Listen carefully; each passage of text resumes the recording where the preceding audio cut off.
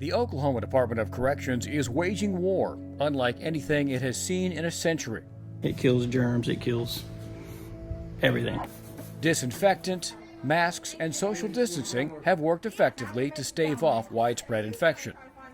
Right now we're dealing with the COVID-19 pandemic. Well, it dwarfs really in comparison with the Spanish flu. That's what they call it at the time, the Spanish flu. Even though it did not start in Spain, that's just kind of the name that stuck.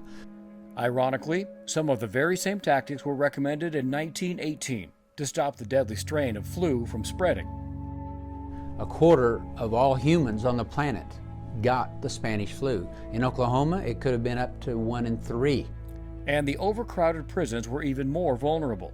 For those in the corrections industry, what do we do about it? We have all of these men and women in close quarters, bunked shoulder to shoulder, coming to mess, lined up within a matter of inches from each other.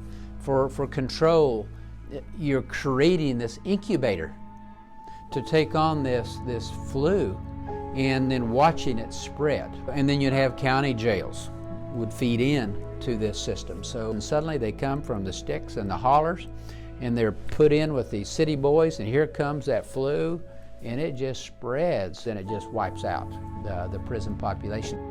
In an extreme effort to mitigate the spread, quarantine tents were set up outside the prison.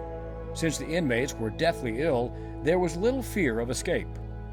And so as they could, they said, let's get them out of here. We don't have room for more beds. So actually setting up tents outside of the gates. By mid-1919, the flu pandemic began to weaken. 50 million people died worldwide.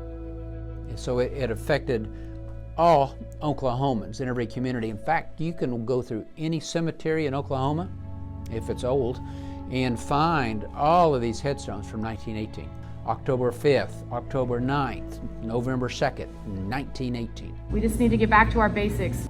100 plus years later, there have been valuable lessons learned. They're still quarantined for 14 days when they come in. ODOC employees face the most difficult challenges, work under the most extreme circumstances, all the while exhibiting the best attitudes.